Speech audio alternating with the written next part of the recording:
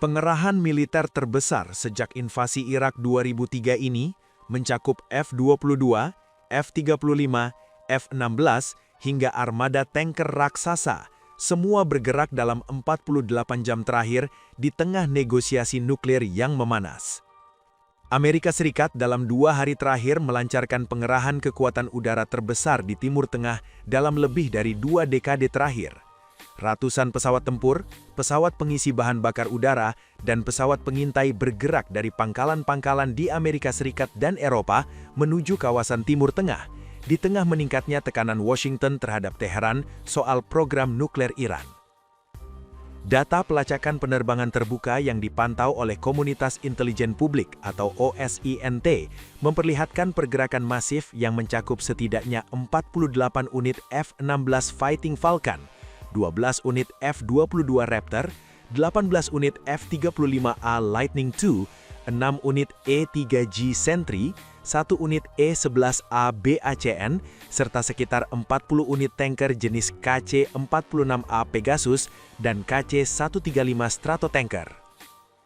Skala pengerahan ini oleh berbagai analis pertahanan disebut sebagai yang terbesar sejak invasi Amerika Serikat ke Irak pada 2003. Salah satu pergerakan paling mencolok adalah pengiriman 12 unit F-22 Raptor dari Pangkalan Udara Langley Eustis di Virginia menuju RAF Lakenheath, Pangkalan Udara Amerika di Suffolk, Inggris. 6 unit F-22 dengan call sign Trend melintasi Samudra Atlantik pada 17 Februari dan tiba di Lakenheath, sebuah titik transit umum sebelum melanjutkan perjalanan ke Timur Tengah. Namun tidak semua berjalan mulus. 6 F-22 lainnya yang seharusnya berangkat dari Langley terpaksa berbalik arah karena salah satu pesawat tanker pendukungnya mengalami gangguan kelistrikan. Kejadian serupa juga terjadi sehari sebelumnya, dan skuadron tersebut dijadwalkan mencoba kembali keesokan harinya. Pengerahan F-22 ke kawasan ini bukan tanpa preseden yang mencolok. Analis Oliver Alexander mencatat bahwa 4 hari sebelum operasi Midnight Hammer, serangan udara Amerika terhadap fasilitas nuklir Iran pada Juni 2025, F-22 melakukan transit serupa melintasi Atlantik. Pola yang sama kini terulang, memicu spekulasi luas soal kemungkinan operasi besar yang sedang dipersiapkan. Sementara F-22 bergerak dari pantai timur Amerika, gelombang pesawat lain turut bergerak dari berbagai titik di Eropa. Pada 16 Februari 2026, sebanyak 18 unit F-35A dikirim dari RAF Lakenheath menuju Timur Tengah, bersamaan dengan dimulainya perundingan nuklir tidak langsung antara AS dan Iran di Jenewa.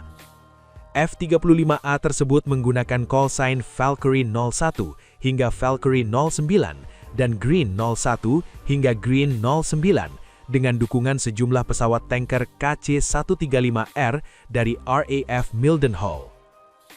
Destinasi yang dinilai paling mungkin adalah Pangkalan Udara Muwafaq Salti di Yordania. Jika digabungkan dengan 12 unit F-35A dari Vermont Air National Guard yang sudah berada di kawasan itu, total kekuatan F-35A di Yordania bisa mencapai 30 unit. Adapun untuk F-16, pengerahan mencakup masing-masing 12 unit dari Pangkalan Udara Aviano di Italia, Spangdahlem di Jerman, dan McEntire Joint National Guard Base di South Carolina. Pesawat-pesawat tersebut dapat digunakan baik dalam peran pertahanan udara melawan drone dan misil, maupun dalam serangan ke target darat. Di balik deretan pesawat tempur, 2 jenis pesawat khusus yang dikirimkan justru menjadi perhatian para analis pertahanan karena mengisyaratkan persiapan operasi yang jauh lebih kompleks. E-3G Sentry adalah pesawat peringatan dini dan kendali udara berbasis Boeing 707 yang mampu mendeteksi, melacak, dan mengkoordinasi ratusan objek udara sekaligus. Kehadiran 6 unit E-3G dalam satu kawasan operasi merupakan konsentrasi kemampuan Airborne Command and Control yang sangat signifikan. Adapun E-11A BACN adalah pesawat yang lebih jarang didengar publik, namun perannya krusial. E-11A berfungsi sebagai gateway komunikasi udara, menerjemahkan antar data link yang tidak kompatibel, dan meneruskan suara dan data melintas medan pertempuran. Dalam skenario menghadapi Iran, keberadaan beberapa unit BACN memungkinkan konektivitas yang persisten dan redundan, menghubungkan F-22, F-35, aset Angkatan Laut, dan pusat komando. Ini menandakan persiapan untuk operasi udara jangka panjang berbasis jaringan, bukan sekedar patroli rutin. Tak ada satupun misi jarak jauh yang bisa berjalan tanpa dukungan pengisian bahan bakar di udara. Sekitar 40 unit KC-46A dan KC-135R dikerahkan untuk mendukung pergerakan masif ini. Lonjakan misi tanker hampir selalu mengindikasikan persiapan operasi besar. Besarnya pergerakan tanker bahkan menarik perhatian publik luas. Situs pelacak penerbangan Flight Radar 24 mencatat bahwa 9 penerbangan paling banyak dipantau penggunanya pada saat itu adalah KC-135R Stratotanker Angkatan Udara Amerika Serikat. Pengerahan udara ini berjalan seiring dengan konsolidasi kekuatan laut yang tidak kalah mengesankan. Kapal induk USS Gerald Ford, kapal perang terbesar di dunia, terdeteksi berada sekitar 175 mil di lepas pantai barat Maroko, mengarah ke Selat Gibraltar dan Laut Mediterania dalam perjalanannya menuju Timur Tengah.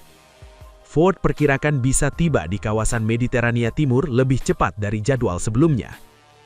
USS Abraham Lincoln, kapal perang bertenaga nuklir, telah terlebih dahulu dikerahkan ke Timur Tengah sejak 26 Januari 2026 bersama kelompok perangnya, termasuk kapal perusak misil berpanduan, kapal penjelajah, kapal pendukung, serta berbagai pesawat seperti F-18E Super Hornet, E-18G Growler, dan F-35C Lightning II. Pengaktifan sistem AIS pada kapal Ford sehingga bisa terdeteksi di situs pelacak maritim sipil dinilai sebagai sinyal yang disengaja, bukan hanya untuk jurnalis dan pengamat, tetapi juga untuk Iran itu sendiri. Pengerahan militer besar-besaran ini terjadi di tengah babak baru perundingan tidak langsung antara Washington dan Iran soal program nuklir Iran, yang berlangsung di Jenewa. Presiden Trump menyatakan bahwa perbincangan itu bisa berhasil, namun para analis memandang mobilisasi militer ini sebagai tekanan nyata atau bahkan persiapan untuk eskalasi. Trump dilaporkan menggelar pertemuan tim keamanan nasionalnya di ruang situasi Gedung Putih selama 3 hari berturut-turut. Pejabat AS menyebut Presiden sedang mempertimbangkan serius opsi militer, namun menginginkan kepastian pada 3 hal, bahwa serangan benar-benar diperlukan, tidak akan menyeret AS ke konflik berkepanjangan di Timur Tengah, dan berhasil menghancurkan program nuklir Iran. Tenggat waktu 2 minggu yang disebutkan memiliki resonansi sejarah yang mencolok.